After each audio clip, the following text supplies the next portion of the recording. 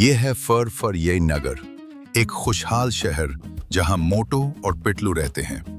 मोटू हस्बे आदत लड्डू खाने में मसरूफ था। मोटू, वाह, लड्डू से बेहतर कोई चीज नहीं।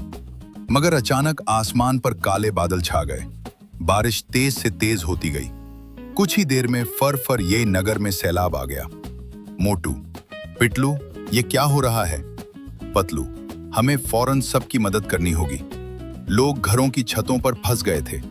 मोटू, चलो पिटलू, हम सबको बचाते हैं। मोटू और पिटलू बचाव मिशन पर निकल पड़े। उन्होंने सबसे पहले बुजुर्गों को महफूज जगह पहुंचाया। पिटलू ने बच्चों को भी बचा लिया, मगर सैलाब का पानी बहुत तेज था। मोटू, पिटलू, कश्ती संभालो।